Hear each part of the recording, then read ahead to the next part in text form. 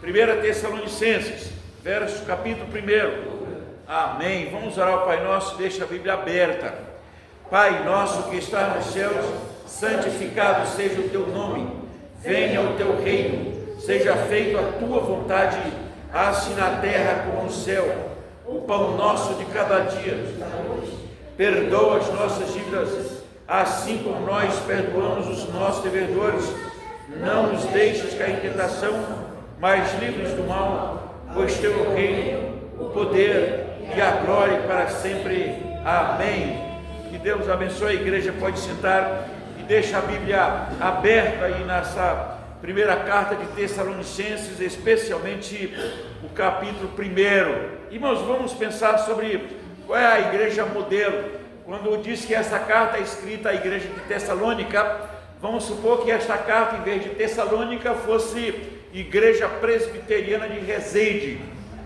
O que nos destacaria, né, vamos supor que daqui a 50, 70 anos eu não esteja mais aqui, e aí de lá de onde eu esteja, vamos supor no Maranhão, lá no interior do Maranhão, comendo galinha caipira, e aí eu fico preocupado e vou perguntar como é que está a Igreja Presbiteriana de Resende. Vocês se permanecem firmes, né, no Senhor? Qual era o exemplo que de lá eu ia encontrar para os irmãos de Resende? Paulo está assim porque ele está em Atenas, e aí está preocupado com a igreja de Tessalônica, e aí no capítulo 3, verso 1, ele diz que está em Atenas e manda Timóteo, né, com a carta para orientar a igreja em algumas coisas.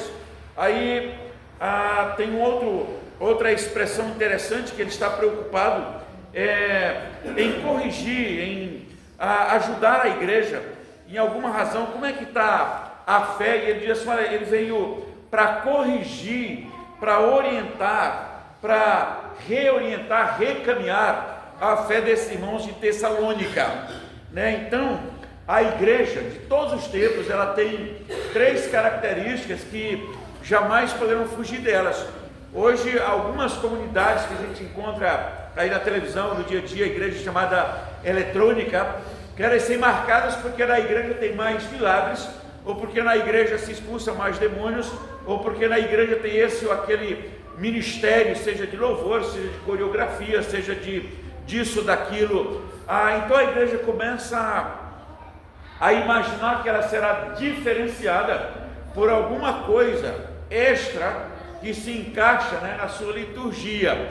Então Paulo destaca 3 coisas que deve nortear a igreja em todos os tempos, e essas 3 são literalmente interdependentes, porque mostra a ousadia, a característica, a dependência da igreja, o crescimento da igreja, a marca da igreja para a sociedade. Volte os seus olhos para os versos de número 1, 2 e 3.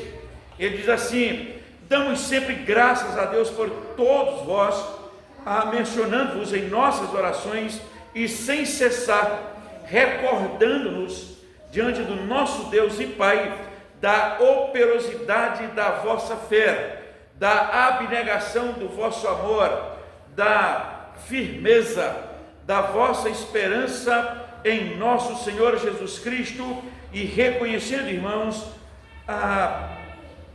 a vossa eleição diante de Deus. Então ele fala que a igreja deve ser reconhecida pela operosidade da fé. Fé que faz a igreja ser diferente, né? O Salmo 1, como nós já lemos, ele diz que o homem que teme ao Senhor, ele é bem-aventurado, ele é diferenciado, ele não é como o ímpio, que o vento dispersa, com a palha seca, que o vento dispersa. Tudo quanto ele faz será bem sucedido, não é que não tenha problema, dificuldade, não é isso, mas ele faz, e as coisas para ele acontecem porque ele está na dependência de Deus. E aí nós cantamos que é muito difícil de se viver. Toda vez que a minha fé é provada, o Senhor me dá a chance de crescer um pouco mais.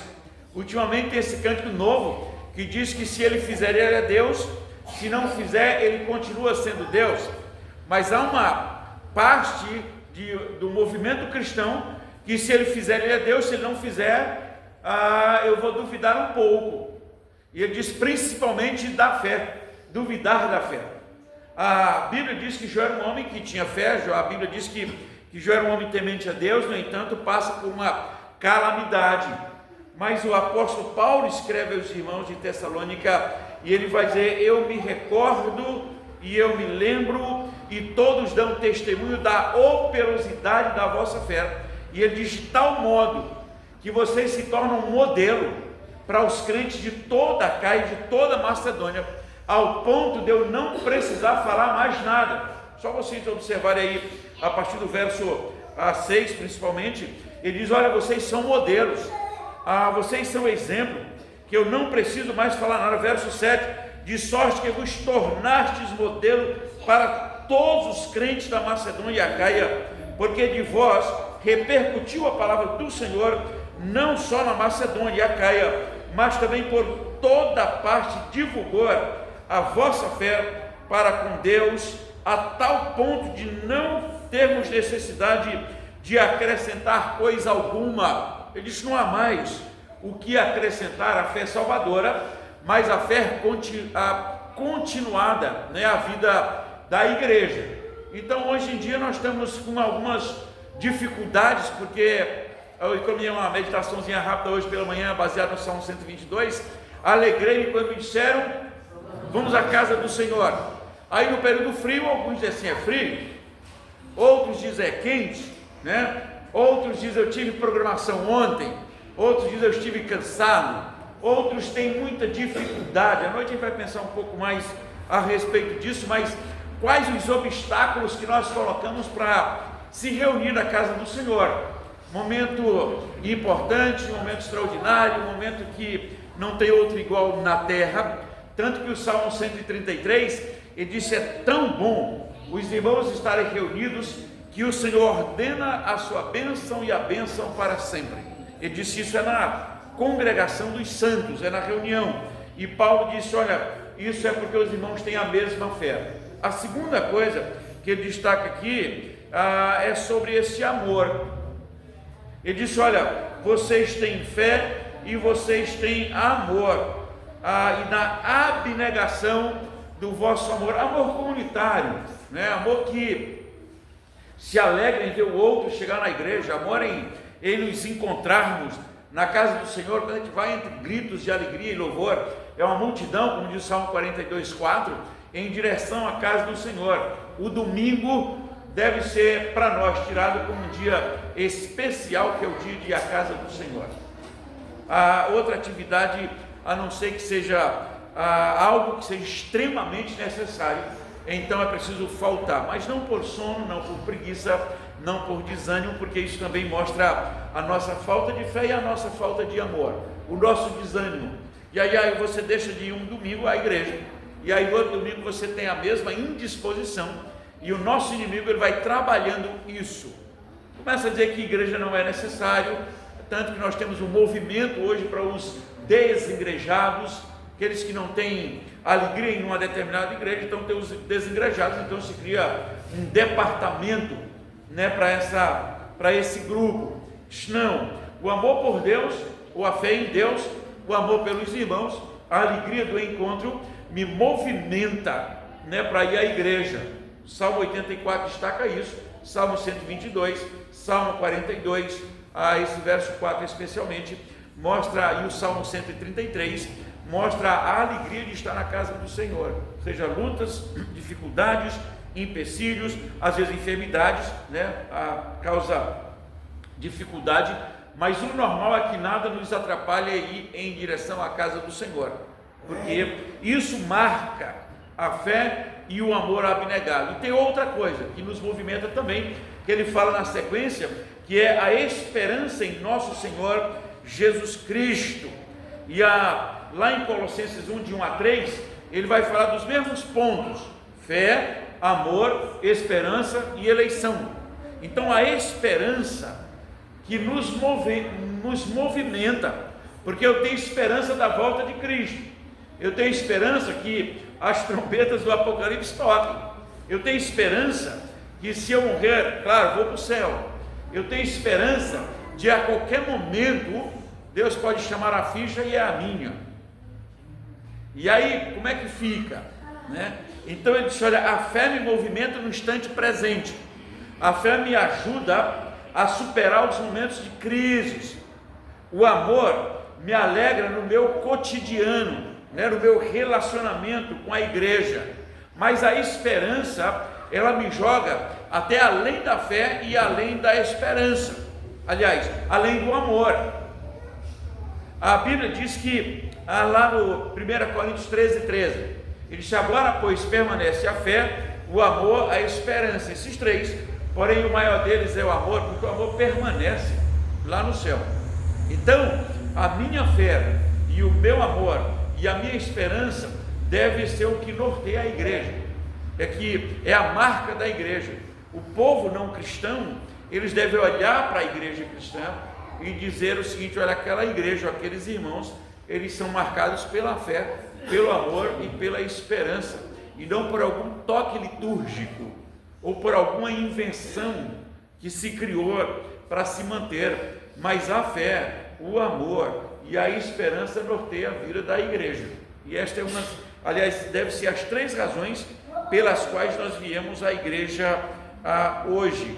Olha o que diz o versículo 10 do versículo 3, 10 verso 3, Paulo diz assim, está de longe, Paulo envia Timóteo, como eu já falei, e ele fala de saudade também depois, mas ele diz assim, olha, orando noite e dia com o máximo empenho para vos ver pessoalmente e reparar as deficiências da vossa fé. É função pastoral dos oficiais reparar se há deficiência na fé. Então a igreja de Cristo, ela é sempre reparada se há deficiência na fé, e uma boa teologia bíblica, bom conhecimento pastoral, ele vai norteando, mas vai também reparando deficiência teológica que possa surgir no decorrer do tempo. Se você olhar a partir do versículo de número 6 do capítulo 3, eu vou ler para os irmãos.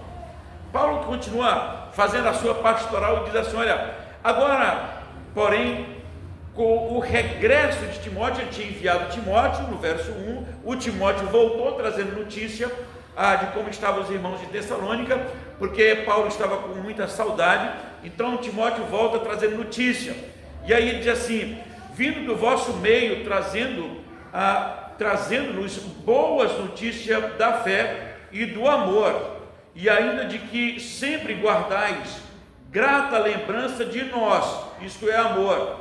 Ele disse, desejando muito termos, como aliás também nós, a vós outros, assim irmãos, por isso, fomos consolados acerca de vós, pela vossa fé, apesar de todas as nossas privações e tribulações, mas mantinha fé, mantinha amor, mantinha esperança, porque agora vivemos, se é que estáis firmados no Senhor, pois que ações de graças podemos tributar a Deus no tocante a vós outros, por toda alegria, e nos regozijamos por vossa causa diante do vosso Deus.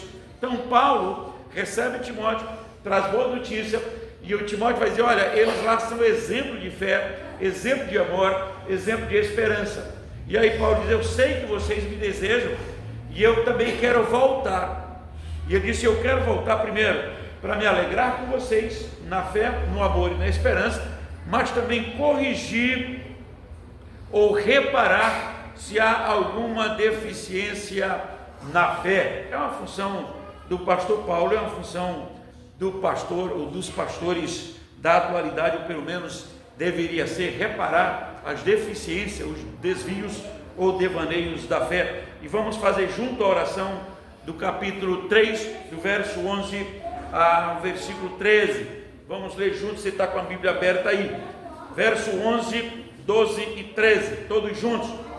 Ora, o nosso mesmo Deus e Pai e Jesus nosso Senhor dirige-nos o caminho até vós, e o Senhor vos faça crescer e aumentar no amor uns para com os outros e para com todos, como também nós para convosco, a fim de que seja a vossa oração confirmada em santidade, isento de culpa, na presença do nosso Deus e Pai, na vinda de nosso Senhor Jesus, com todos os seus santos. Amém e amém. Que Deus continue nos abençoando.